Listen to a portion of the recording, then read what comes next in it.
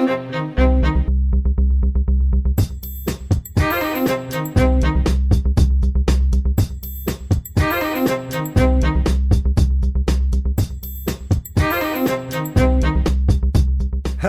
everybody, and welcome back to Small Town Murder Express. Yay and choo-choo! Oh, yay indeed, Jimmy. Yay indeed. My name is James Petrogallo. I'm here with my co-host. I'm Jimmy Wisman. Thank you, folks, so much for joining us today. Again, on another absolutely crazy edition of Small Town Murder Express. 10 pounds of murder in a 2-pound bag, everybody. And it is a lot today. Wild stuff. We got to get to it quickly. Before we do, though, head over to shutupandgivememurder.com. Get your tickets for live shows. I think there's a couple tickets left in Philly for December. You can still get the virtual live show for another week. So that is available for another week. So get in there and get that. Shutupandgivememurder.com. Anywhere in the world with internet. That show's a great show, too. So have fun with that. We're proud of that one. That was a lot of fun. So definitely do that. Definitely also, by the way, shutupandgivememurder.com. Get your merch while you're there. Then listen to our other shows, Crime in Sports, and, of course, Your Stupid Opinions, which are hilarious shows. Your Stupid Opinions, we go over reviews from all over the internet and make fun of people for making them. And also, get yourself Patreon, patreon.com/crimeinsports. That is where you get all the bonus material. Anybody $5 a month or above, you get all sorts of stuff with that. You get hundreds of back episodes of bonus stuff you've never heard before. New episodes every other week, one crime in sports, one small town murder, and you get it all. You bet. This week we're going to talk about, for crime in sports, the team relocation drama is what I'm calling it. Really amazing. When people freak out when teams move and teams sneaking out in the middle of the night, and it's very funny, so I can't wait to talk about that. My dad never accepted the Ravens, ever. No, that's what I mean. He was still pissed. There's people in Baltimore who just hate the Colts and will always hate them because they snuck out in the middle of the night, and I don't want to hear it. Like that, it's the way it is, man. Yeah. It is crazy stuff. Then for Small Town Murder, we're going to talk about the top haunted place in every state and see what sounds silly and what sounds creepy. We'll see how that goes. That is patreon.com/crimeinsports, and you also get a shout-out at the end of the main show, and you get all the shows, Crime in Sports, Your Stupid Opinions, and Small Town Murder, all ad-free. Ad-free. Ad-free with your Patreon. It's the best deal in podcasting. Patreon.com/crimeinsports. That said, I think it's time, everybody. Here we go. Here we go to sit back. Let's all clear the lungs. What do you say here? And let's all shout. Shut up, give me murder. Let's do this, everybody. Okay. Let's go on a trip, shall we? We are going down to Louisiana this week. Oh, boy. And when I say we're going down to the bayou, I mean we are going down to the bayou. Is that what we're doing? We absolutely are. This is Ville Platte, Louisiana. Ville Platte, not Ville Platteville. Nope. V-I-L-L or V-I-L-L-E. Separate word, P-L-A-T-T-E. It's French for flat town. Oh, that's what that means. Flat town, because that's swamp down there. Yeah. Now this, by the way, French for sea level. For beneath sea level. French for hope the levees hold. Now, this place is not the exact town that the murder took place in, as we'll figure out. It is.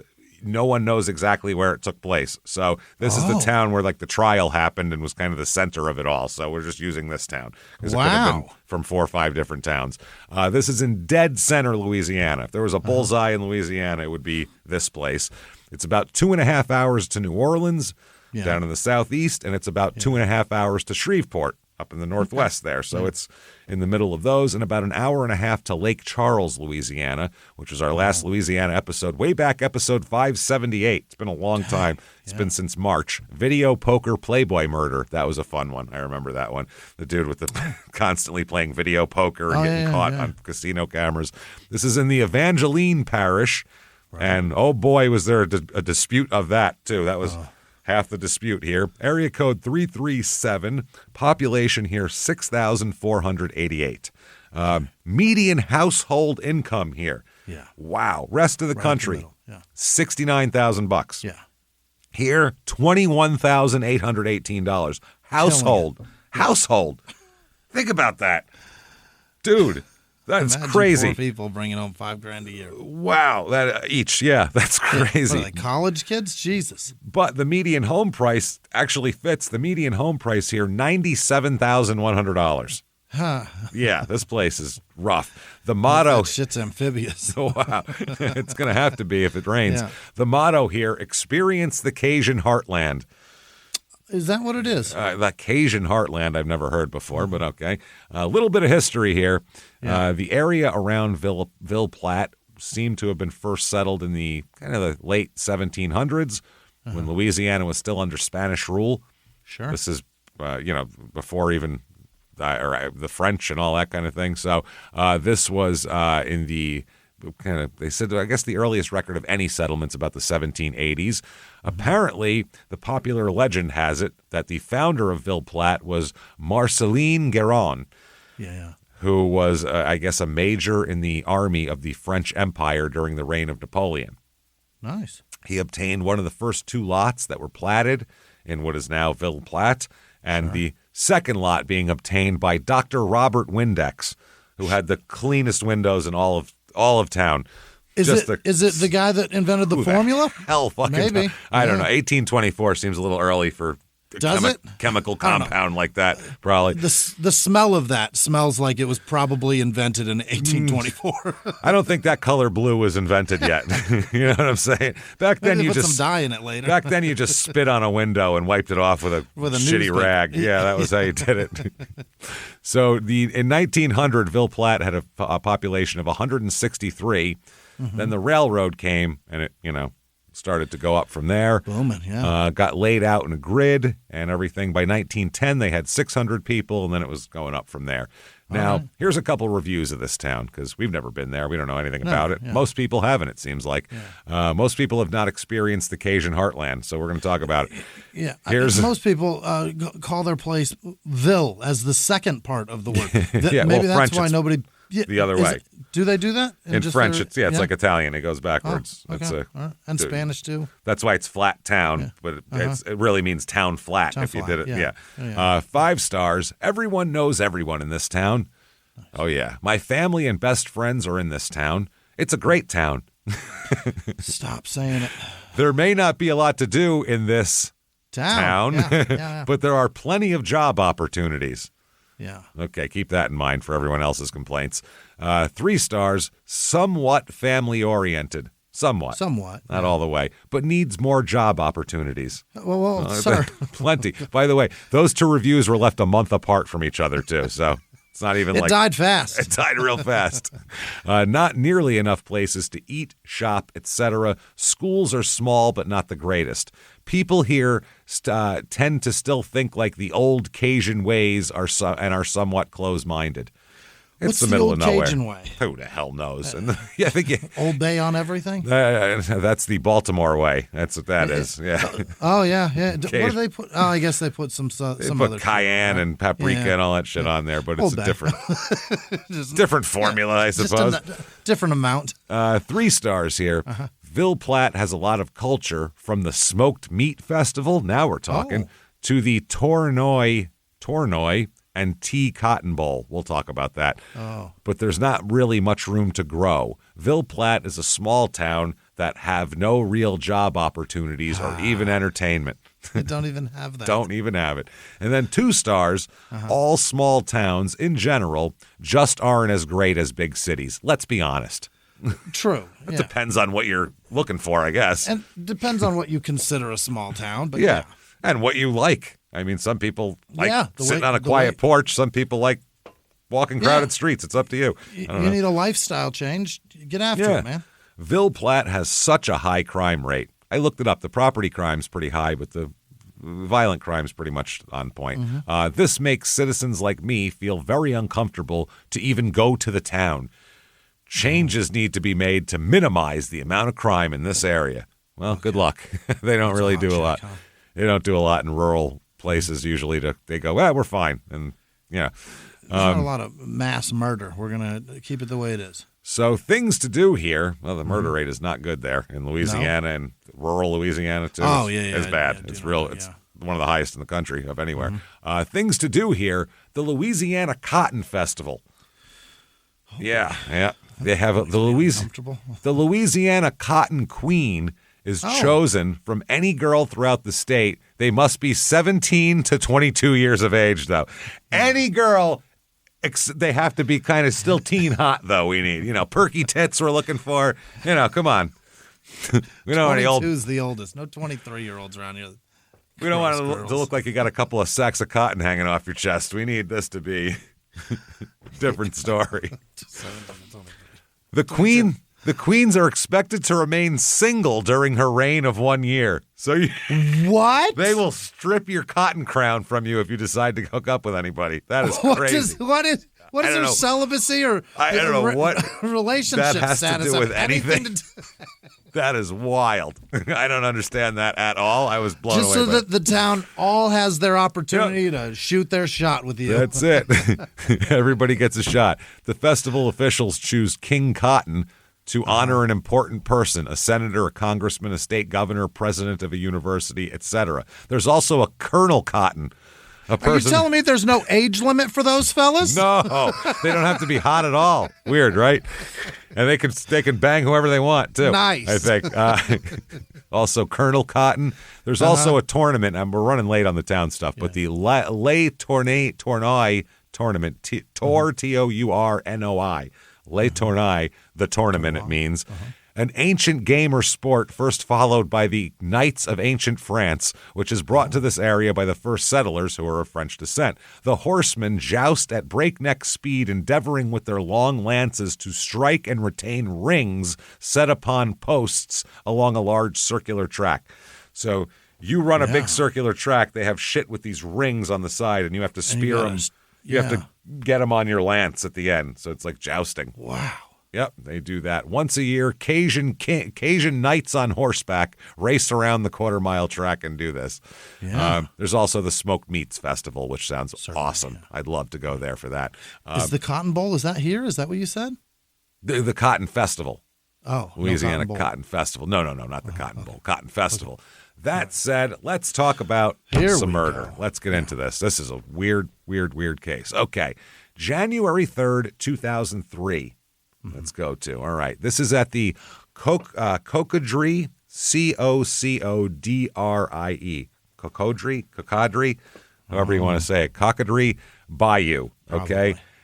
This is the bayou in a swamp, essentially. Yeah. The Cockadoo Bayou. There's a detective here of the Evangeline Parish Sheriff's Office. He's contacted by the Rapides Parish Sheriff's Office. Oh. Now, this case starts out with, before anything's done, found, known about, we know anybody's dead, with two police forces arguing over, I don't want to do this. This is your jurisdiction. No, it's not. It's yours. That's not how this whole thing starts. Claiming it. It's no. Trying to pass it off. Exactly. It's literally The Wire, where they're like, no, those bodies are on the county side. No, they're not. The tides took them from the city. That's literally what we're talking about.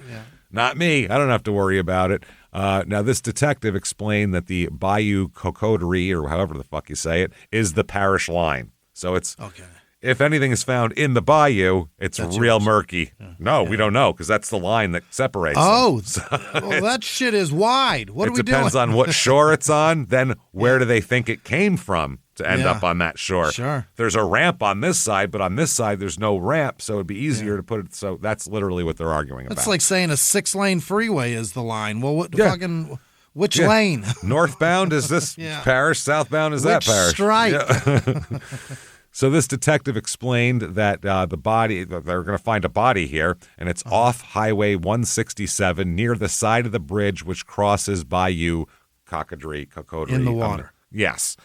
Now, they find a plastic storage box. Well, it was actually a kid named Dustin Perkins who was with his friend. He found this and called his dad, and his dad came over, and then the guy's father contacted 911, contacted the Rapides Parish authorities, who then contacted the Evangeline one, saying, no, this one's yours. So that's what this is. It's a plastic storage box they find floating. Yeah. Now, the Rapides Parish authorities didn't go to the body. They went, looked, and said, oh, there's a body right there? Yeah, that's not ours. And they wouldn't go near it. They sat there, arms crossed, going, I ain't touching it. Not mine. Not my body. That's your body. Yeah. Wow. According to the detective from Evangeline, at the time the body was found, the water was, quote, out the bayou banks. That's his quote. It was out the bayou banks. Who knows what that means in Louisiana? I don't know. There's a lot of language in this when they say where I go, I'm not sure what that means. It's I got to watch Green Mile with the captions on because of Delacroix. Because I don't know. Is it who knows? I don't remember the name, but I know who you're talking about. Yeah. Yeah. The little guy that they shocked the shit out of. That guy, I don't know what the fuck he's saying. Nope. They said it was floating toward the Evangeline Parish side. This is the Evangeline people going, no. It was out there floating over here. So that means it started on your side because there's a ramp over there that would be much easier launching site. Well, if it's floating, it had to get in here somewhere. That's not ours. And they go, well, there's a dirt road on your side. They could have easily taken it from the dirt road. So it's absolutely ridiculous is what's going on here. Investigate, fellas, and figure out what. Yeah. They said if the bayou had been within its banks, the body would have been on dry land in Evangeline Parish. So the bayou, I guess, had swelled a bit. Yeah. So they're saying that's what it... Anyway, Evangeline ends up having to be the people to deal with it. Right. So they find this box, and it's a big plastic storage container like you would use to move. One of those big plastic totes that you'd put all your shit in. With the lid on the top and the two clips on the left and right. The clicky, click, there you go. Yeah. Now they said the lid of the box containing what they... ends up being a body, had been taped closed, duct taped closed all around it. Oh. Then the whole thing was painted black. Oh. So I guess so it blends in. Now, the kid who found the box said that the duct tape on the box was half off and that his uncle, who he called, may have pulled it a little bit before opening the lid of the box. But it wasn't tight. It was you could just open it, basically. He said that the quote, the tape was not stuck good, is what he said. Yeah. And his uncle did not struggle to get the tape off. However, he said he didn't know if his uncle cut the tape or not. Okay. Now, they pop it open and there's a man in there. It's pretty not doing rough, too. He's seen better days. The body has been mutilated and the legs are completely cut off, and they're not in the box either. They don't know where the legs are. Just no legs. He has no legs. Legs sawed off boy. and at the femurs with nothing to show for it. So they looked around. Legs around here? Anybody see any legs? Nothing? Nobody saw any legs. But he's wearing a T-shirt that says Catfish Festival, Washington, Louisiana. That's the T-shirt that that man is wearing. Does it have a year on it? No year. To go? Catfish Festival, Washington, Louisiana. It's evergreen, those T-shirts. They don't want to put a year on it. Now, the detective said that at this point, they just have this unknown man with no legs and a Catfish T-shirt, Catfish Festival T-shirt in a box. They have no clues. They have no anything. Yeah. What the hell do we do with this guy? We do know he's got tattoos and he looks like a biker. That's helpful. He's got a bikery look to him, so that they're like, okay, that's helpful. So they can possibly ask around to biker people in the area and see if maybe you know this guy. Now, they don't know who he is, though. Now, the cops said he received several anonymous phone calls after this body was found. Oh. The first he received was on the day after the body was discovered. He said the caller asked if he had found his brother. Someone said, hey, did you find my brother? And the caller gave a description of the man. Now, at the time, the press had not published any information about the body. So this would that's good. So this would be information nobody knows. Yeah. So based on that, they end up identifying the body. Really? They do. It is a man named Lawrence William Cook. Call him Larry. Well, we call him, he's got, this is amazing. There's a few different Larrys in this story. Okay, now he's about 44 years old at this time. He goes by Larry, but everyone, because he's in a little biker group here. Dirty Larry, yeah. Everyone calls him Larry. Double Larry, all right. He's Larry. Now, there's another Larry in the story who's also in the group. It was a different Larry, but this is Larry. So there's Larry, there's, Bob Larry, there's this Larry. He's real Larry-like, though. He's Larry, you know what I mean? Now, he's a member of the Banshees Motorcycle Club in the area. He's out of the North Texas chapter, actually. Okay, yeah. Because he's from Denison, Texas, apparently. Now, it's unknown exactly what his involvement is, if he's like what his rank is or anything like that. Yeah, but is he a secretary or whatever. We do know he's in the group. Now, he lived in Texas. He's from Texas. How the fuck did he end up in a bayou in dead center Louisiana? That's great question. Yeah. That's the question. So he is known as Larry in the area and in both areas. He has a lengthy criminal record, Larry. Sure does. Lengthy. At least 18 arrests that they could find immediately. At least. He also has 4 outstanding warrants against him. Could rock it right on up to 22. Found him. I mean, here we go. You can got some cuffs? You can go ahead and throw those warrants out. I think it's, I don't think we're going to bring him in on those. I don't think he's going to run. Including, this is amazing, this is from Grayson County, Texas, the 4 outstanding warrants, including one for, this is the greatest crime of all time, stealing a policeman's motorcycle. Fucking awesome. That is so awesome. That is like... This piece of shit doesn't even have exhaust. The guy's like, hey, come back here. Taking off. Fuck you. I'm going to go put some fucking Samsons on this goddamn thing. I'm going to the Catfish Festival. Suck my dick. Fucking taking off. I love it. Yeah. That is amazing. He stole a sheriff's fucking motorcycle. Awesome. Like his work motorcycle, not even a privately held one. The one that says police all over it. He stole. Marked motorcycle. Nutcase. It's got lights and everything. He has an extensive criminal record dating back to 1986, including convictions for unlawful carrying of weapons, manufacturing, delivering, selling, and possession of controlled dangerous substances. He's a meth cook, by the way. Yeah. He's a meth cook, a known meth cook. He just pops up at people's houses. He's like, cook me up a quick batch, all right? And they're like, no, you can't cook meth here. He's crazy. He's fucking crazy. Possession of marijuana, possession of methamphetamine and other amphetamines. Pending charges at this time that he died for theft of $20,000 to $50,000 as well. He stole from somebody. Unlawful use of a firearm and manufacturing and delivering of a controlled substance, and of course stealing a policeman's motorcycle. Yeah, that one's a good one. According to the local authorities that knew him, that they said, quote, the law was always after Cook. Sounds always after Larry. How about that? He's a meth cook and his last name is Cook? His last name is Cook. Fuck out of here. Larry the meth cook. Man, they said he had a reputation, a bad reputation in the area. A lot of people didn't like him. Yeah. This is the local authorities. Yeah. Yep. He was an amphetamine cook. He'd been chased by police. He stole a motorcycle. He's really the menace of Grayson County, basically, this fucking guy. They're like, he's not coming back? Great. Yeah. Perfect. Larrys do have a reputation for being a fucking wild card. Yeah. It's weird because Ricky's are one thing, but Larry's are a fucking nightmare. Lawrence is such a buttoned-up name, which is weird. It's a real and then you break it down to Larry, and now it's a mess. They ditch that white shirt with the collar and run it with Larry, and their hair falls out, and watch the fuck out. You name a kid Larry, you really got to watch out. If he starts saying, no, call me, you name him Lawrence, he says, call me Larry, you got to go, oh, shit. Uh-oh. Do we get him in counseling now, or do we wait till for his first arrest? Let's get him some hair plugs early. Oh, shit.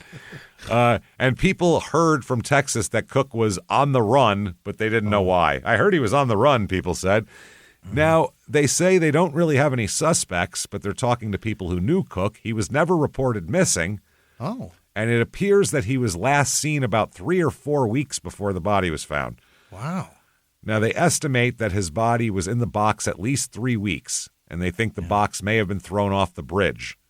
Okay. That's why they're saying it's in Evangeline, not the other county, because the boat ramp is in the other county, but the bridge is in that county. Imagine being missing for 4 weeks. There is no fucking way nobody would be concerned in my life. I got way too many people. But you're not a meth cook biker who steals motorcycles from police. You just assume he's on the run somewhere. If that's your guy. Yeah, that's kind of my point. Is like he's got. He disappears for 4 weeks, and they're like, Godspeed, Larry. He lives on the margins and in the margins, not even in. So the fingerprints were used to identify him. Once someone brought up, this may be my brother, they ran that to see if it was him, and it actually was him. Found wearing the Washington Catfish Festival T-shirt and a leather jacket. Now, the question they have is, he has a live-in girlfriend that he has never seen without. So they're like, where the fuck is she? Yeah. Sheila Kirby is her name, and they're looking for her. They say that she's not a suspect in the death at this point, but they'd sure love to have a chit-chat with her at this, because she's always around and why didn't she report him missing if they're together all the time? Maybe she's missing too. There's a lot of concerns here. Well, yeah. So January 10th, 2003, a week later after his body is found, the water has receded now because there was a storm. That was a problem. So the officers returned to the area in an attempt to find his legs. Yeah. Where's Larry's legs? We need to find them. Yeah. Both, yeah. Yeah. Where are they? So there's missing double legs. That's it. So they're out there. Double Larry, double leg. Two Larrys, two legs. So the sheriff's department and the wildlife and fisheries launch boats. And then in approximately 40 minutes into the search, they find another identical box. Another painted black duct-taped box. You know what it is. So they're like, shit, we might got some Larry legs in here, possibly. Yeah. They crack the box open, and it's Sheila Kirby. Well, it's the girlfriend. Legs. No, she has her legs cut off the same exact way Larry did, except her legs are in the box with her. In the box. In the box. They fit. She's got smaller. to keep them. Yeah. Now, Sheila is anywhere from 27 to 34 based on numerous news reports. Awesome. Literally the same newspapers, the same day. Yeah. One said 27, one said 34, one said 31, one said 20. I'm like, how old is this fucking lady? We got a 7-year gap and nobody can figure it out. That's crazy. That's why you don't go out with guys who cook meth and steal motorcycles from policemen. No one knows how old you are at a certain point. I feel like this has been a problem that's been brewing for a while, too. A while, yeah. So, a long time. So the box containing her body was almost identical to the one containing Larry's body. And it also appeared that the box containing Sheila Kirby's body had been duct taped and painted the same way. Also, holes had been cut in both boxes to make it sink. To make them sink. Yeah. Otherwise, they'd float forever. Right. Forever. Just all the way to the floating ocean. Floating down the Mississippi right there. To the Gulf. Right down to the Delta. So they wonder, is it definitely Sheila? I mean, it would make sense if it's Sheila. Sure. Then they finally located Sheila's family members who identified her positively. They said they expected her home for Christmas, but she never showed up. But they didn't report her missing because she's with Larry all the time. She could be anywhere. She could be gone. Yeah, gone. Out. As your stupid opinions thing. She's out, man. Hey, everybody, just going to take a quick break from the show to tell you a better way to relax with Soul. Oh, getsoul.com. Absolutely. I love Soul. I love these products. Like the edibles, they have a lot. I love the out-of-office gummies. They have the strong version that's excellent. They really are good. They make you relax. They help me sleep. Telling you, because sometimes I'm not a big drinking guy. I don't want a hangover. I don't feel gross the next day. You take a couple of gummies, you feel nice. You watch some TV, you take a nice sleep, and you wake up feeling great in the morning, and it's awesome. So the holidays are rolling around. There's parties constantly, all these sugary drinks all the time. I'm not doing it. I'm just not. Yeah. I'm going to reach for Soul's out-of-office gummies instead. Same vibe, have some fun. Low in calories, zero hangover. That's what you want. Things can be stressful. That's why this is the perfect balance of CBD and THC that helps you find your calm and your peace of mind. Soul is a wellness brand that believes feeling good should be fun and easy. Soul specializes in delicious hemp-derived THC and CBD products designed to boost your mood and help you unwind. Their best-selling out-of-office gummies were designed to provide a mild, relaxing buzz, boost your mood, and enhance creativity and relaxation. With 5 different strengths, you can tailor the dose to fit your vibe, from the gentle 1.5 milligram microdose to the newest one, the one I like, the 15 milligram gummy, for a more elevated experience, if you want to put it that way. Also, try the out-of-office beverage. Refreshing, alcohol-free alternative that'll really help you either socializing or chilling on the couch, whatever you want to do. They have a variety of products at Soul here, specially designed to help you get a better night's rest, including their top-selling Sleepy Gummies, a fan favorite for deep, restorative sleep. You will love it. Take advantage of Soul's Black Friday, Cyber Monday deals now. For a limited time, you get 40% off your entire order. Wow. Go to getsoul.com and use the code SmallTownMurder. That's getsoul.com, promo code SmallTownMurder for 40% off. Don't miss their best deal of the year. Now back to the show. Hey everybody, just going to take a quick break from the show to tell you a better way to feed your cat with Smalls. Smalls.com. Oh yes, I love my cat. Love little Brandy. And she's picky. She's picky about her food. She's like she's stuck up. She's like, oh, I don't want that. I don't want this. Yeah. Now all she'll eat is the smalls. We're painted in a corner here. We have to get the smalls. Luckily, it's a great value, and it's really nutritious, and it's good for her anyway. So she's picking the best thing for herself. Look at their food. Whatever you get in a can, look at that. Look at the stuff in it and go, that's what you're feeding these. What is this stuff? Would you That's eat your that? friend. You wouldn't eat that. Give your friend good food. That's what I'm saying. Maybe your cat has some gut issues. They're cats get that thing going on. Sure. Smalls can help. It's time for a diet upgrade. Let's do this here. Get your cat an early holiday gift by checking out this sponsor, Smalls. Telling you, love it a lot. This podcast is sponsored by Smalls. Listeners know my cat likes the Smalls brandy, and for a limited time, you can get 60% off your first order plus free shipping when you head to smalls.com/STM. Smalls is a cat food that's protein-packed recipes made with preservative-free ingredients you'd find in your own fridge, delivered right to your door. Cats.com names Smalls their best overall cat food. Super easy to start with Smalls, too. Just share info about your cat's diet, health, and food preferences. Smalls puts together a personalized sampler for your cat. A little cat cootery plate there, you know what I mean? Yeah. Do that, a little kitty cootery plate. And they put it all together. No more picking between random brands at the store. Smalls has it all for you. Brandy's in love with anything in the bird series, the wild birds. Loves all of that stuff. So I guess she wants to hunt it down. And also they have a bunch of amazing treats and snacks that you can add to your order. Get it. I love the paste, too. Your cat will eat anything with that paste on it, especially the tuna one. Yeah. Trust me on that. So what are you waiting for? Give your cat the food they deserve. For a limited time, because you are a Small Town Murder listener, you get 60% off your first order plus free shipping when you head to smalls.com/STM. One last time, that's 60% off your order plus free shipping when you head to smalls.com/STM. Now back to the show. So they said also that she normally wore her long blonde hair in a ponytail, and that's what the body was found with, long blonde hair in a ponytail. So they're like, shit, okay, that's not good. Now the boxes, okay. The boxes are, like we said, taped first, then painted. Then painted, so the tape is painted too. Yeah, which they say the boxes were white at one point, which, dump a body in a white box in a goddamn bayou, and that's going to stick out. That gets eyes. And the paint that was used is spray paint to paint them, which would be the best thing to do for that. They did say also they found an impression of a fingerprint in the paint. That could be helpful. Yeah. They said they submitted it all to the lab, and they said that examining the items, they determined there were 11 potentially identifiable fingerprints on the lid of the box. Dang. That contained Larry's body. Somebody's touching this thing a lot. A lot. Prints were found in the paint of the lid. They also found 2 latent fingerprints on portions of the duct tape where they'd been stuck together. So in between layers of duct tape, they found fingerprints. Preserved perfectly in the duct tape. While they couldn't determine when the fingerprints were left on the tape, they said that the boxes were taped, then painted, and the prints left in the wet paint. That's what they determined.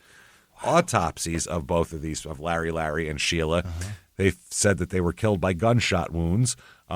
Larry was killed with a gunshot wound behind the ear, from behind. Yeah. Sure, Larry's a dangerous character. You don't approach him from the front. Yeah. Sheila shot right in the forehead. Wow. Right in the forehead. Both bullets exited the bodies and were never found. Yeah. So they said that the legs had been amputated just below the pelvic area in both victims. Jesus Christ. So high up. Oh, that's brutal, man. They said they were amputated post-mortem, and there were saw marks on the ends of the leg bones. So that's bad. Then they get an anonymous tip from a caller saying there's a location of a chainsaw that might be involved in this. What? There's a chainsaw out there. Maybe the chainsaw was used to cut these bodies up. It was down a gravel road about 1.5 miles past the residence of a place that Sheila and Larry were staying for a while with friends, another motorcycle member's house. About 1.5 miles down there. While they were looking for the chainsaw, they found a dead dog. That they believe belonged to Larry and Sheila. Oh. This dog has been shot.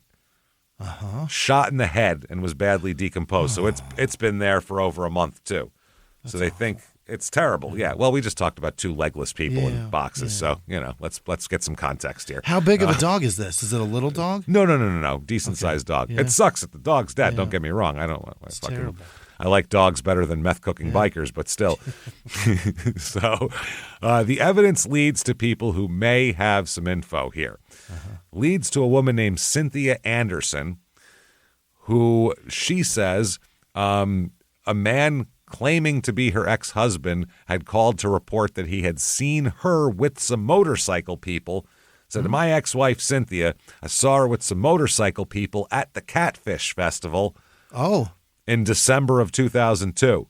Okay. Which is a month ago. Just a little bit ago, yeah. Yeah, just a month ago. So they said, okay, that's interesting, because our guy was wearing a Catfish Festival shirt, so that all tracks. Also, this woman, Cynthia, the man she is currently married to, is also in the Banshees Motorcycle Club. So this is all kind of lining up now. They said that apparently the last known address of the dead people here was in Latwell, Louisiana, which is the clubhouse of the Banshee Motorcycle Club. Really? The clubhouse is a really rundown shithole trailer, by the way. They always are. Oh, yeah. It's not a frat house. No. It's not, it's not Animal House. It's a trailer that you can smoke meth in the living room and no one minds. Yeah. There's no chandelier. No. The wall is not adorned with anything other than old motorcycle parts. You mean they don't have like illustrious alumni on the wall? Like, oh, he's now a judge on the circuit court, and this one's they've got exhaust pipes weird. Welded together in the shape of the logo Harley Davidson. Strange, real strange. Now, before that, this couple lived in the Morrow area. Both Latwell and Morrow are in St. Landry Parish. So the detective said, to his knowledge, the victims had not lived or worked in Evangeline Parish and didn't have any relatives there. No ties. He's still trying to get rid of the case at this point. He's still like, never this been isn't mine, right? I can't be, So they said that that's so funny, man. So they checked a house in one area looking for an individual somebody said might have some information, but they didn't find that person. Now, Cynthia, the person they talked to who was seen with bikers at a Catfish Festival, that is Cynthia Renee Anderson. She is 41, and her husband is another Larry, a friend of Larry. This is Larry Surratt, Suratt. Surratt. I've also seen it with an E on the end, but that's not how the court documents have it, so we'll keep it at this. Yeah. Surratt. He's about the same age as her. Now, he is known as Lost Larry. That's his name. Larry. He's Lost Larry. So Lost Larry hangs out with Larry. The best part is his wife, Cynthia, is known as, quote, Lost Bitch. That's her name. Not Lost Bitch, Lost Bitch. So we got Lost Larry and Lost Bitch. That's a couple. I say this that is crazy. In traffic, so that makes sense. You lost bitch. Now you're going to be calling any man lost Larry. You lost Larry. Where you going, bro? It's somewhere to be, because I got to be somewhere. Now, they're all, like I said, they're in the Banshee Motorcycle Organization. The women, Sheila and Lost Bitch, are not. I have to use nicknames so it's not confusing. Are not members of the organization because the Banshees do not allow female members no matter what they do. It's just in their bylaws. Wow. So now Surratt has a criminal record as well, Lost Larry. He said it's not a lengthy record when they checked it, but he's got some arrests and some shit. But they said, Sheila has no criminal record, or not Sheila, Cynthia, outside of a marijuana arrest in 1980. So when she was 19, she got fucking busted for 25 years ago. Who cares? Yeah. So like we said, the dog that was found is within a mile of the Losts house. Okay. And by the way, people were told that Larry and Sheila never went anywhere without the dog. That was like their kid. Yeah. Always with them. So the cops talked to the lost couple. Let's talk to Lost Larry and Lost Bitch here. They meet with them. Now, Lost Bitch identifies Larry's photograph and explains that she and Lost Larry had lived with Larry and Sheila Kirby at their home in St. Landry Parish. She said Larry and Sheila moved out at the end of October 2002 and had moved into the Banshee Motorcycle Clubhouse in Latwell, which is this shit trailer that's owned by Lost Bitch. Okay. This is the greatest story. This is insane. So the detective said when he told Lost Bitch that Larry was dead, she appeared upset and to cry when she found out, but he said she didn't have any tears or snot or anything like that. She was just going covering her eyes, but there was nothing coming out. Now, they find out that not only had Larry and Sheila lived with Lost Larry and Lost Bitch once, they lived with him twice, actually, 2 different times. Yeah. I guess in August 2000 or 2001, they had stayed for a month or two. And then in May of 2002, they lived with them for a few months until late summer or October. Mm-hmm. They said they were concerned because, I guess, they left because, Lost Larry was concerned about Lost Bitch's safety here, and also that Larry and Sheila Kirby were living on a riverbank in Texas in a tent and needed a place to stay. So they all moved in together. Oh, my God. Jesus Christ. He has to steal a motorcycle and go somewhere else. Once they moved in, Larry and Sheila were supposed to find work and help out with bills and food. Mm-hmm. But they said that they made them find another place to live after October when Hurricane Lily hit, but prior to Halloween because they weren't helping out around the house. Okay. That's when they moved into, meaning Larry and Sheila moved into the trailer owned by Lost Bitch in Latwell, Louisiana. Wow. Now, they end up finding a chainsaw. Mm-hmm. Chainsaw is tested by the crime lab. There's no evidence it was used in a murder. Okay. But it was obviously, as we'll talk about it, Lost Larry thought there would be some form of human viscera on it, as we'll talk about here. Lost Larry thought that? Well, yeah, because he's making some excuses. Okay. He said that, if there's anything on there, while I was clearing shit after the hurricane, I fell off the roof and fell onto the chainsaw and cut my arm.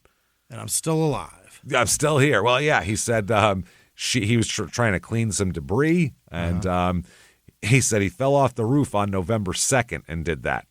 Now, the next time he's talked to, he said it happened in early December. So he's a month off.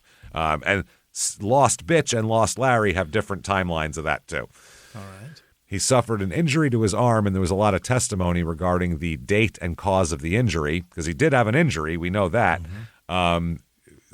But still, now he said that he injured his arm falling off the roof, and they said, that probably happened between November 11th and 13th. Now, Lost Bitch said that Lost Larry did not seek medical attention at the time, as he, quote, does not go to doctors. No, of course not. Of course he doesn't. Come on.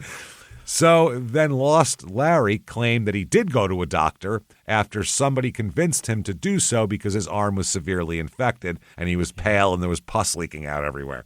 Okay, he's about to go septic. Yeah. So after Christmas, there's all sorts of shit coming out of his arm. So that's when he went. And so it's been a month and a half, according to him, that he's had this arm injury. Yeah. And he finally goes there and he was treated. But the problem is, he says he did it in, it's crazy. He says he did it in November 2002, but I guess the doctor's report says it happened at a different time. So he told a doctor a different thing. Okay. X-rays were taken indicating that he suffered a comminuted fracture. I don't know what that means. Fracture through the ulna with a gap in between. So that's your forearm. A gap in, I guess you'd get that with a chainsaw. Yep. Also, they said a fragment of metal that appeared to be part of a chainsaw tooth was still in his arm. He caught it. He caught it in the arm. And he fucking wasn't going to do anything about it with a piece of metal sitting in there. And a section of bone gone. Yep. So they hear all this stuff, and then they decide, let's talk to Larry again. We got to find Lost Larry. So Lost Larry gets pulled over in Bastrop, Texas. This is what's called a routine traffic stop. Now, we don't know if they were doing this on purpose or not, But Cynthia Anderson, lost bitch, is driving. Now, when they get him out of the car here, number one, they fingerprint him and do all of that stuff, and they find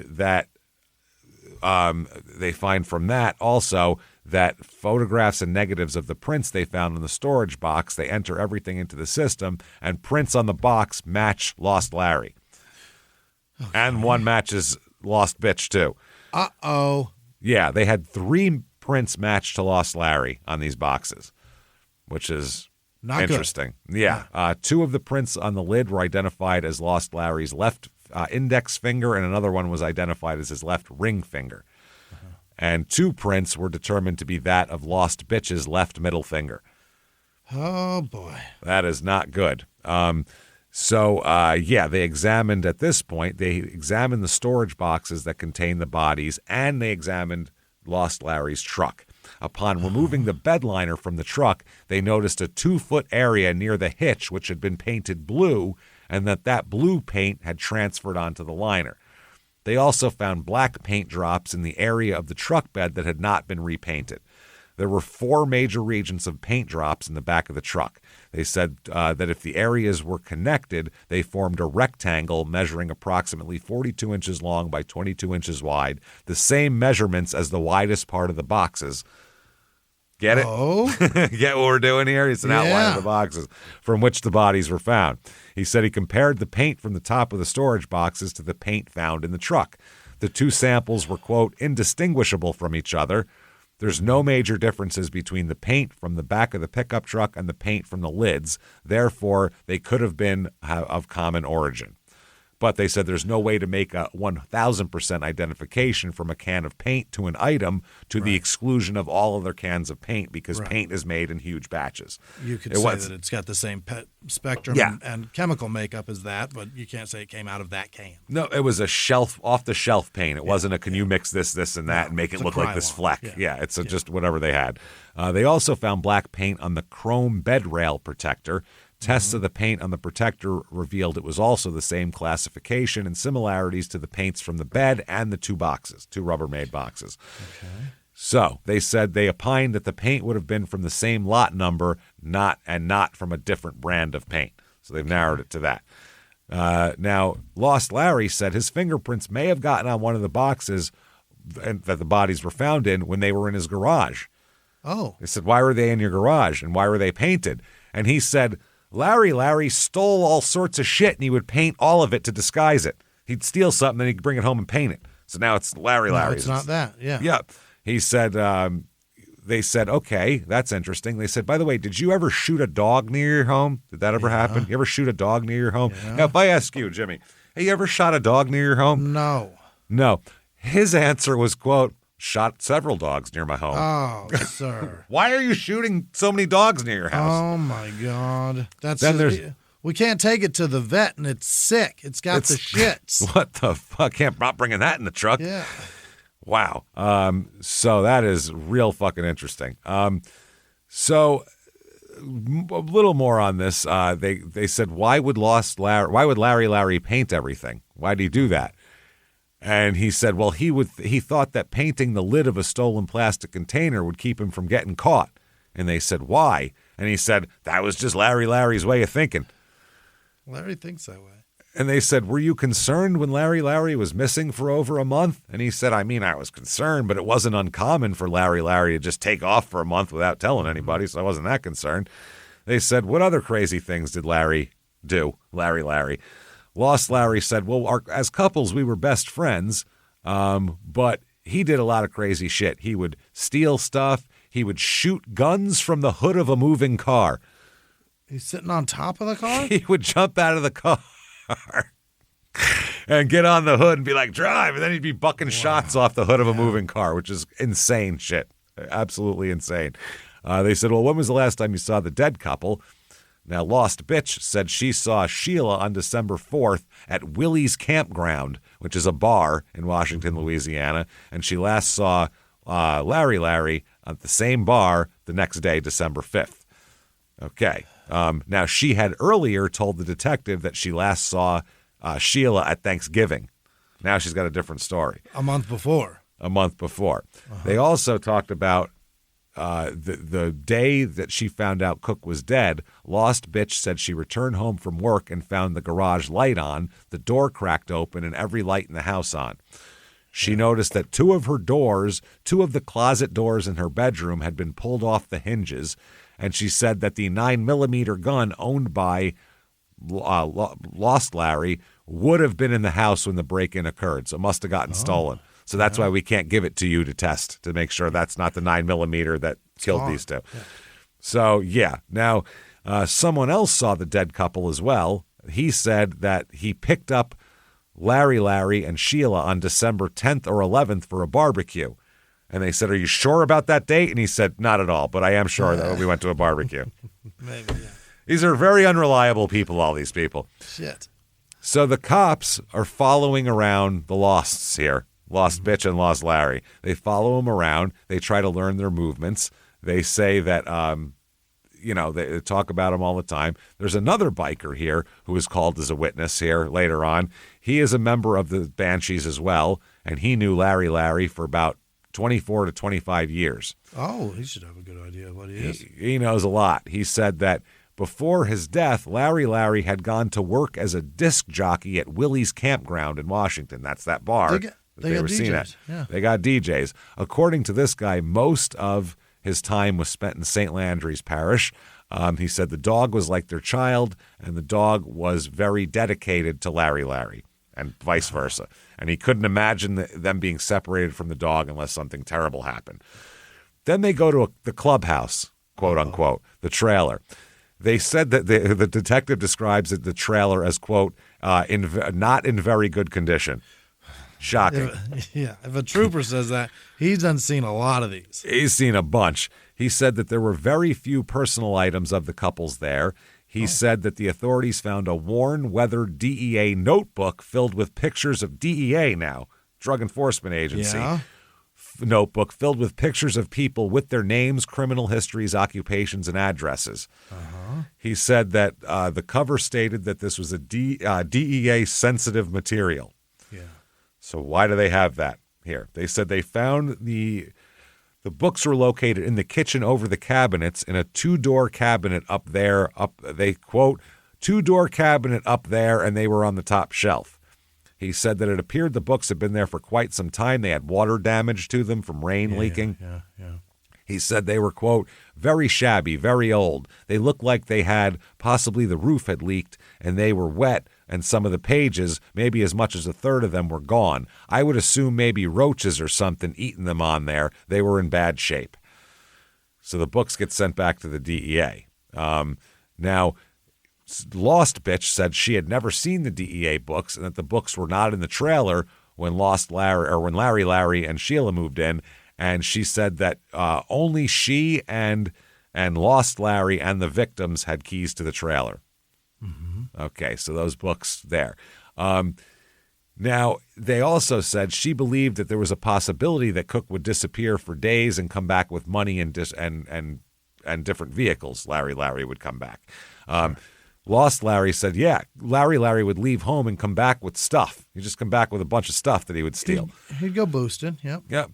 They also spoke, she said she spoke to said that a cop spoke to her on another occasion and informed her that he knew for a fact that Larry and Sheila Kirby had put 9 or 10 banditos, another motorcycle gang in the pen for having meth labs. So a cop had told her that Larry was an informant, and so was Sheila. So they are going to go ahead and arrest Lost Larry and Lost Bitch. When they place him under arrest, the cop said that Lost Larry stared at him. He said then Lost Larry took a deep breath and put his head down and said, I guess I need a lawyer. Okay. When arrested, he's carrying a gun. Uh-oh. He is carrying a 9mm, a Browning 9mm, that they do ballistic tests on and find out that is the gun that killed the dog. It was the gun that killed the dog. We know it's the gun, without a doubt, the gun that killed the dog. So why would you shoot their dog if you didn't? Yeah. They wouldn't. The dog would not be with them. Yeah. So and why would they? If the dog's sick and they can't take care of him any longer, they would likely put their dog down, not you. Yeah, that's exactly. Why would you put their dog down? Wouldn't happen. Exactly. That wouldn't. And if they really love the dog, they'd probably take it to have it put down humanely. For sure. I would assume. Yeah. So they said that, they told him you're under arrest because your fingerprints are on the container. And he said, well, I guess the best thing I need to do is go back to my cell and get an attorney, I reckon. The only thing I need to do. Yeah. I reckon that. So they're still trying to figure out, by the way, they still have no idea where the actual murder took place. Really? Where it happened, where they have no idea where anything happened, basically. Because they think that the back of the truck seemed like a mobile, unit here. Murder kit, yeah. So they're trying to figure out if he had opportunity. Lost Larry says he's trying to prove that he was working offshore. He's a rig guy, huh? Yeah. Now, the medical examiner determined that the victims were probably killed somewhere around December 22nd. But I think it's a lot earlier because they hadn't been seen for 2 weeks before that. Yeah. So he said, so anyway, Lost Larry said, was it the middle of, this is the doctor, sorry. Was it the middle of December? Possibly. Was it the first part of December? That's possible. Could it have been the end of November? Could have November 30th. Yes, that's possible as well. So as far as the exact time, it cannot be done. No idea. We know that Lost Larry, his work records show he was off of work November 11th, 12th, 13th, December 2nd through the 15th. That's a big window to kill people. Dang. December 24th and 25th and 31st and January 1st. So he gets holidays off. Yeah. So they don't know. They don't have an exact time of death. So they're basically saying he had a window in when there was a window of that happening, where he could have done it. Hey, everybody, just going to take a quick break from the show to tell you a better way to handle your money with Chime. Chime.com. Absolutely. You can have a pain in the butt when you're dealing with these, everybody with the money, and you got to deal with, you're trying to make progress. You got overdraft fees, you miss a payment, and then this, and now you're deeper in a hole. It's a mess. Yep. Nobody wants that. Chime gets this. They understand that every dollar counts because it does, especially now. So that's why when you set up a direct deposit through Chime, you get access to fee-free features like free overdraft coverage, getting paid up to 2 days early with direct deposit, and more. Learn all about it at chime.com/smalltownmurder. See, Chime is banking done right. It really is. You open a checking account with no monthly fees, no maintenance fees. Number one, that's huge. Try that at your bank. Walk in and ask for that. They'll laugh at you and kick you out. They'll probably call the cops on you if you say that. He's trying to rob us. Get out of here. Get paid up to 2 days early when you set up direct deposit. With qualifying direct deposits, you're eligible for a free overdraft up to $200 on debit purchases and cash withdrawals as well. To date, Chime has spotted members over $30 billion. Open a checking account with no monthly fees and no maintenance fees, not to mention over 47,000 fee-free ATMs. That's more than the top 3 national banks combined, by the way. You can't beat it. I like Chime. It's good stuff. I like the way that it lets you control your money. Yeah. I like that all these fees. I'm not paying all these fees all the time. We don't need that. Get Chime. It's a better way to do it. We enjoy it, and you're going to like it too. Plus, they have 24/7 customer support. It's not some fly-by-night organization. This is real stuff. They're just not ripping you off. They're not turning you over, shaking the change from your pockets. So you can do it too. Work on your financial goals through Chime today. Open an account in 2 minutes at chime.com/smalltownmurder. That's chime.com/smalltownmurder. Chime feels like progress. Chime is a financial technology company, not a bank. Banking services and debit card provided by the Bancorp Bank N.A. or Stride Bank N.A. Members FDIC. Spot me eligibility requirements and overdraft limits apply. Timing depends on submission of payment file. Fees apply at out-of-network ATMs. Bank ranking and number of ATMs according to U.S. News and World Report 2023. Chime checking account required. And now back to the show. Hey, everybody, just going to take a quick break from the show to tell you a little bit more about Quince. Oh, Quince.com, Quince.com. Absolutely. Great place to buy your clothes. Man, they're such good stuff, such a great price, and we're getting into the cooler times here now. I mean, fall's going to be turned into winter here. You want stuff, you want good stuff, but you want it to be simple and easily accessible, stuff that looks good, feels good, things you'll actually wear. Yeah. Quince is how you do that. And Quince, they're so good. Quince pieces make great gifts, too, for the season coming up here. This season's lineup is simple but smart and easy with Quince. $50 Mongolian cashmere sweaters that feel like an everyday luxury. Wool coats that are equal parts stylish and durable.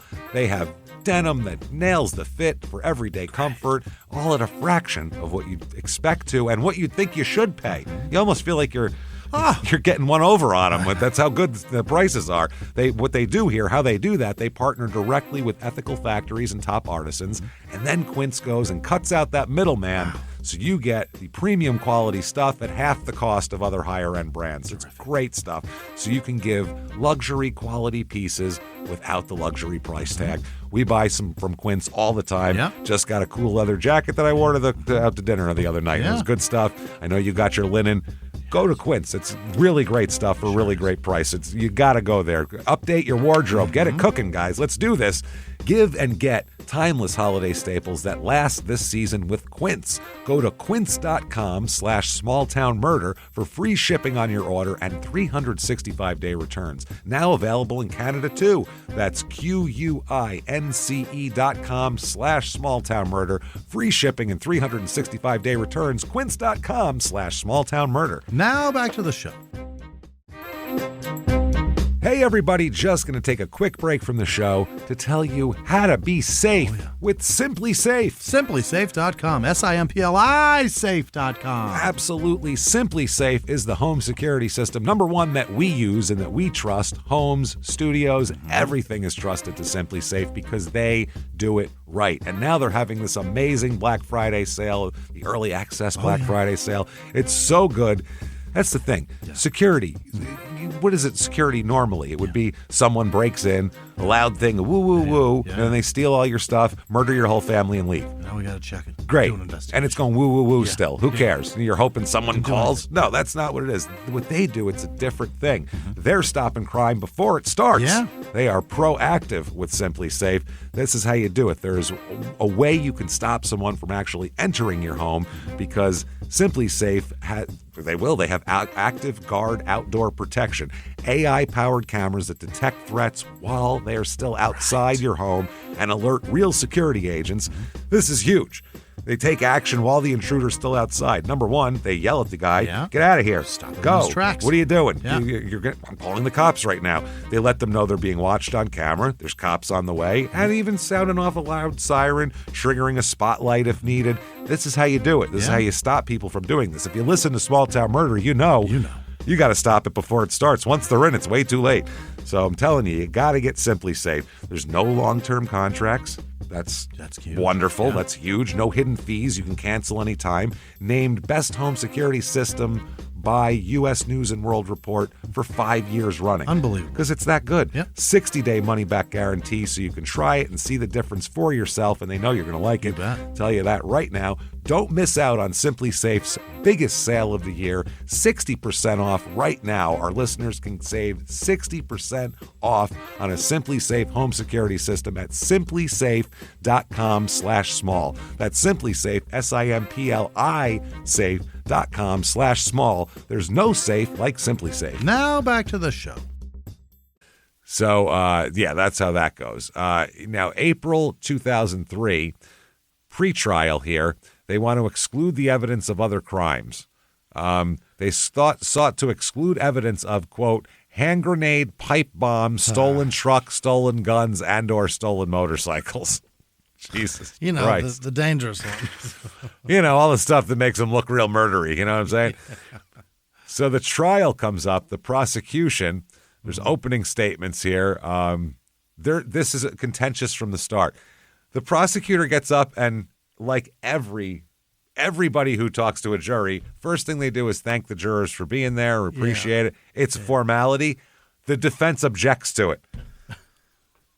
First of all, you have to do real egregious shit to have your opening statements objected to. No niceties around you. No niceties, but to say thank you for being objection, Your Honor. This is ridiculous. He's clearly pandering for likability. Wow. So that's where it is right from the start. Now, the defense has one defense and one defense only. Well, two defenses. One, Lost Larry was probably at work while this was going on. And number two, Larry, and Sheila were rats. They were informers for the DEA, and it's the banditos who killed him for being a rat. That's what happened. That's why the DEA book was there and all that kind of thing. They said the information on the Banditos are contained in books. Those books, by the way, have now been shredded by the DEA, so we have no way to look at them or know what was in them. Why did they do that? Because they're the DEA.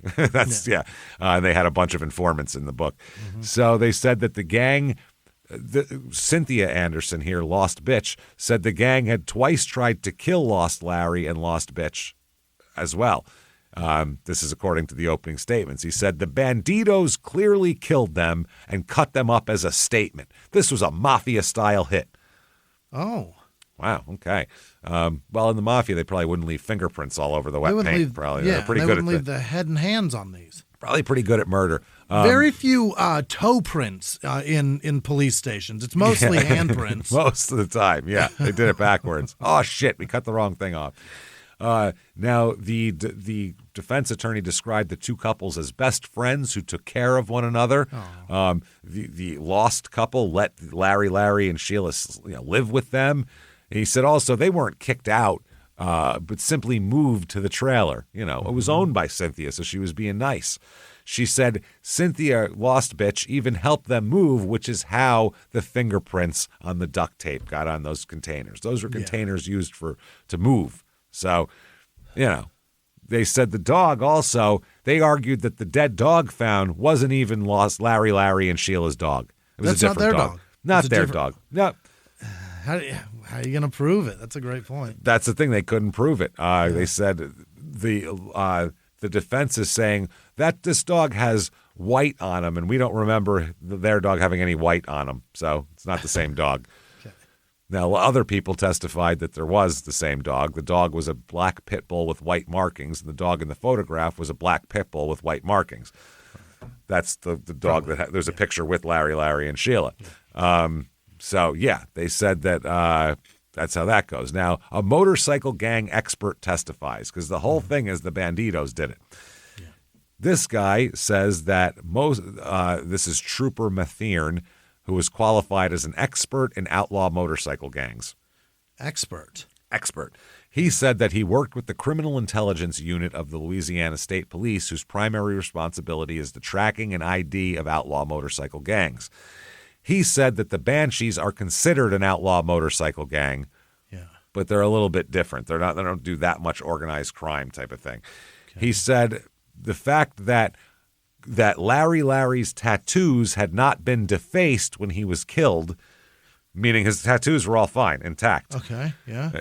His Banshee tattoos and shit. They said if it's them, they're going to fuck with those. Yeah. He said that to him tells him there's a good possibility that a member of the Banshees committed the murders, because they would have access to him. Yeah, that's who he hangs out with, and the Banditos wouldn't have left his tattoos alone. They'll pull your. That's called pulling your badge. Isn't that gross? Yeah, that's and if you want to leave too, they got to take them with them. Yeah. So he said that the Banditos denied any involvement in the crimes and had told him to look within the Banshee organization. That's what they heard. According to this trooper, he said the Banditos, the guy said, I'd tell you if we did it because we'd want to brag about it. Yeah. It's like a terrorist organization. If they're not claiming credit, they didn't do it because they're only doing it to claim credit for it. That's it. Right. So, they said, not us. Now, Lost Bitch said that Lost Larry had some disagreements with the Banditos at race tracks in Baton Rouge and Shreveport. Mm-hmm. So might have been they were mad at us, so maybe they did that. They bring the detective up there, and they really talk about the boxes and, the type of plastic and the type of containers, and ridiculous. And also that isn't it possible that the Banditos had performed a hit on Larry and all that. Yeah. And he said the defense attorney said to the cop, didn't you say that was possible? And the cop said, I don't remember fucking saying that. That doesn't sound like me. So they said, was Larry an informant, therefore a target for rival bikers? Well, they said he was arrested many, many times, but he served little jail time, Larry. So the lawyer said, doesn't that tell you he's an informant? It's awfully strange, isn't it? They said, not necessarily. Could just be lucky. They also brought in a DEA guy who said that while he could not normally divulge the information, he received special permission to appear in court here to talk about this. And they said that Larry and Sheila have, quote, never been DEA informants. So during cross-examination, they said, is there a federal law that would allow you to lie under oath regarding such a matter? And he said, no. He said, absolutely not. He said, if the answer was something else, he would simply refuse to answer the question and say, that's confidential. I can't answer that. Yeah. He said, I wouldn't lie in court. Lost bitch testifies. She said, I know I didn't kill Larry and Sheila, and neither did my husband. She said that the murders, quote, they just fell in our laps. Yeah. And then she talks about the banditos stalking them at one point, too, meaning Lost Larry and Lost Bitch. She said they followed them after leaving a racetrack, and she said that a vehicle once rammed the couple's motorcycle trying to cause them to crash. But they never reported the incidents to law enforcement, because it was within the the confines of motorcycle rivalries. In cross-examination here, now they say you're not a member of the club because you're a female, but you knew about the problems between the Banshees and the Banditos, and she said that the Banditos wanted to coexist with the Banshees by opening up chapters where the Banshees are located. A New Orleans Banshee member testified that the Banshees and Banditos are not at war, but actually at peace. So it would make no sense. It's peacetime right now. They're actually trying to get along and possibly get a, kind of be allies rather than killing each other. They said this guy told jurors that he did find a piece of paper in his trailer where Larry, and Kirby lived that had DEA-sensitive material in it, but that he burned it rather than taking it to the police. So there was something else. They also brought in a black spray-painted board, this Banshee member did, which he says Lost Bitch said she painted in the back of her truck. So this is where that paint came from, not from the. It's a coincidence that it's the exact same thing as the boxes. Right. So they said that's also the box. The drops of blood are also from that. The drops of paint are also from this. It was a big board that she painted that was like a in memorial or in memoriam of the dead Banshee members. Okay. Yeah, so that's how it went. Lost Larry testifies as well. Really? He had to testify that he was working offshore. He testified that he and Lost Bitch took in Larry, and Kirby when they had nowhere else to go. He said many of the Banshees motorcycle gang that he and Larry belonged to told him not to take Larry in because they didn't approve of his actions. Bad guy, yeah. He said Larry was always participating in illegal activities, and he said, but deep down he knew Larry was a good guy. 18 arrests, misunderstood. Misunderstood. He's just a scamp. It's like a 12-year-old who's got too much energy. That's all. He just looks the part, and the police love that. Yeah. Cop turns around to give a ticket. He rides off on his motorcycle, spray painting it black as he goes. But Lost Larry said he would give you the shirt off his back. Mm-hmm. It'd be filthy and smelling like meth smoke, but still, he'd give it off your back. It's merch from the Catfish Festival. But he'd give it to you. So he also testifies that he did not cut holes in the plastic box that held Cook's body. Yeah. He also said he didn't own the caliber gun used to shoot them, which he got pulled over with the same caliber fucking. When they arrested him, he had a 9mm gun. Wasn't the same one to shoot them, but. And then they said he had another one that was stolen when their house was ransacked. We don't even know if it's not the same one that shot them because the bullets weren't recovered, so there's nothing to match. That's the other thing. They don't have no fucking idea. He said that it was not uncommon for him to go into one of his sheds and put his hands in paint because Cook, Larry, had painted containers and put them in the shed. So he'd go put grab fresh painted shit in there. God damn it, it's fresh paint. He said he denied the prints were made while he was cutting a hole in the storage box and denied that he cut a hole in the box at all. He said that Larry painted everything because he stole it. He said that he, including the shit that he didn't steal, he would paint. He just got they'd wake up in the morning and he'd have painted everything. They said Larry painted Lost Larry and Lost Bitch's new motorcycle that they had. He painted it, spray painted it. Their lawnmower for some reason. I'll fucking kill you. It's brand new. And their house. They came home one day and he had just painted the fucking house. What do y'all think? It's what the fuck? He also painted the garage and the kitchen cabinets. Oh, my God. With spray paint? With spray paint. So they were like, what the fuck is going on here? They said, this is a great line. Yeah. After he explains all this and the prosecutor goes, man, you must have wanted to kill him, huh? And he goes, no. Just saying, he liked to paint shit. Yeah.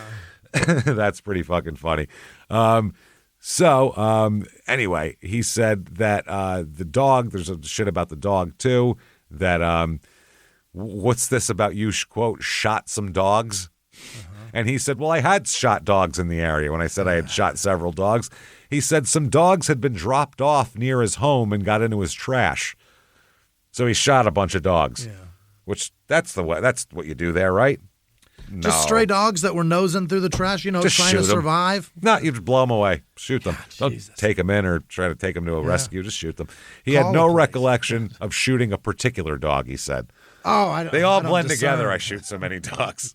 I don't see breed. Yeah, holy shit. That is fucking funny.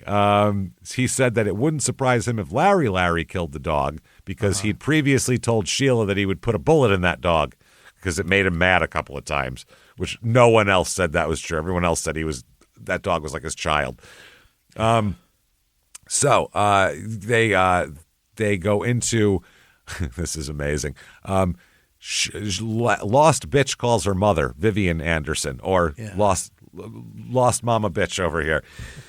She said that Cynthia cannot be lying in anything she's saying, quote, because she can never keep a secret. Oh, ever, her whole life. So she said she never indicated to me that she was involved in these murders, and she couldn't have kept it from me. She would have said it. So obviously she didn't do it. Now there is no physical evidence other than these fingerprints. Wow. And the paint stains. They don't really have, the gun doesn't match, and the fact that they definitely shot his dog. Other than that, they don't have anything. They have Ugats here. You got your fingerprints on a package that's holding bodies. That's it. That's not good. So the prosecution, in their closing, they said, well, there's a handgun owned by Lost Larry, which was used to kill the dog. At least one of the boxes in which the victims have found had been painted in the back of their truck. Yeah. The lid was spray painted after it had been taped to the box, so not like Lost Larry or Larry painted it and then they did this. Put himself in it, yeah. Lost Larry's fingerprints were in the dried paint on the lid in which the box where the bodies were found. Anderson's fingerprints were found on the adhesive side of the duct tape to secure one of them. That's what they have. Now, the defense says you can't prove when or where they were even killed. You don't even know what parish they were killed in. That took you a month to figure out. Yeah. You don't know who did it. You don't know how they were. You don't know anything. You know shit. They said the prosecution has no blood, no murder weapon, no saw. They have nothing. Quote, they have nothing.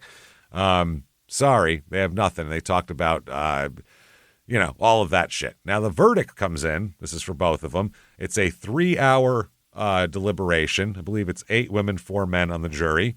And they find both of the Losts guilty of 2 counts of second-degree murder. Wow. Okay. Yeah. That is fucking interesting. And they are sentenced to, you, sir and ma'am, may fuck off 2 terms each of life in prison without parole. Oh, shit. Done. Fucked. Here. Now there's some appealing going on. 2004 they appeal. That's denied. 2006 they appeal as well on sufficiency of evidence, saying that that one of the many enemies of the victims could have conceived, planned, and executed the murders. These 2 didn't have a motive for killing the victims, as they had fed and clothed them and provided them with shelter and transportation. There's no prior difficulties of any kind which would show motive. The brotherhood to which they belonged entirely precluded them from harm. It was in the bylaws of the motorcycle club, not allowed to kill each other. So I mean, yeah, you might think I would break a law and kill a guy, but I'd never break the bylaws of the motorcycle club. That's crazy. Those are the only laws I live by. Those are the ones I live by. In another assignment of error, they said that the trial was a circus. They turned it into a security circus. So that made everybody seem like he was more guilty. As many as 9 deputies from 3 parishes hovered around a metal detector located within feet of the jury room and courtroom and searched people. Because it's a bunch of bikers. They don't want... Right. Yeah. They also alleged that he alleges he was escorted from another facility by as many as 4 police cars. Who cares? It doesn't matter. They're afraid your friends are going to try to spring you like 48 hours. That's why. We've all seen fucking 48 hours. You know what I mean? The bus flips and rolls. We got to have that shit. He also alleges that the defense attorneys were searched 4 or 5 times each day, even when having gone to and from the men's room located a few feet away. Okay. So anyway, no one also was allowed in the first 2 rows behind the defendants and their attorneys, and no less than 2 deputies guarded the door from to the room from being used by them for consultation. Okay. Also, they suggested to the jury that they were, quote, very, very bad people. They find him. That's affirmed. Yeah. Fuck off. So these 2 are still sitting in prison. Very little evidence, but I mean, pretty obvious they did it. Yeah. But minus those fingerprints, they don't get caught. They have nothing. Nothing. Absolutely nothing. They have rumors, a dead dog, and nothing else. They fucked up good there. Put your latex gloves, done. Yeah. This whole case is over. Unbelievable. Which you should wear while you paint anyway. Like, why you want to get your hands be covered wearing, in paint? Yeah, gloves. So anyway, there you go, everybody. There is Ville Platte, Louisiana. Never found his legs? Never found his legs. Wow. If anyone out there finds a pair of legs Watch from out. 22 years ago, they might be out there. Yeah, they're floating on the cockadry. Yeah, they were probably eaten by gators by now. Oh, for sure. Yeah, they've been eaten. They made a snack out of those. Or some fucking wild-ass Louisiana resident that's just like, I don't know, give them a try. Maybe they, instead of exhaust pipes and a Harley sign, they turn legs into their motorcycle club emblem. Harley sign. Put some neon on them and hang on the wall. That ain't bad, I'll tell you what. So there you go. If you like that show, get on whatever app you're listening on and give us 5 stars. It helps a lot. Definitely follow on social media at Small Town Murder on Instagram, at Small Town Pod on Facebook. Absolutely head over to shutupandgivememurder.com. Virtual live show still available for another week. 2 weeks past the October 30th air date. It was such a blast. Do yourself a favor and get the show. It's so much fun. You can watch it a few times, do whatever you want. It'll take your mind off of whatever's bothering you. So do that. Get your tickets for live shows as well. I think it's just Philly with a couple. I don't even know how many. I don't know if there's any left, but there might be a couple left in Philly in December. DC sold out. Shutupandgivememurder.com. Patreon.com/CrimeInSports. Anybody $5 a month or above, you get it all. Hundreds of back episodes that you've never heard before. Bonus stuff. New ones every other week. One Crime and Sports, one Small Town Murder. This week, Crime and Sports team relocation drama. Small Town Murder, top haunted place in every state. And you get ad-free for all the shows. And you get a shout out at the end of the regular show. It's too much to even list. That is what the hell do you want from us? Patreon.com/CrimeInSports. You want to follow us on social media? Head over to shutupandgivememurder.com. Drop down menus, take you wherever you want to go. Keep coming back and hanging out with us. Thank you so much, everybody. And until next week, it's been our pleasure. Bye.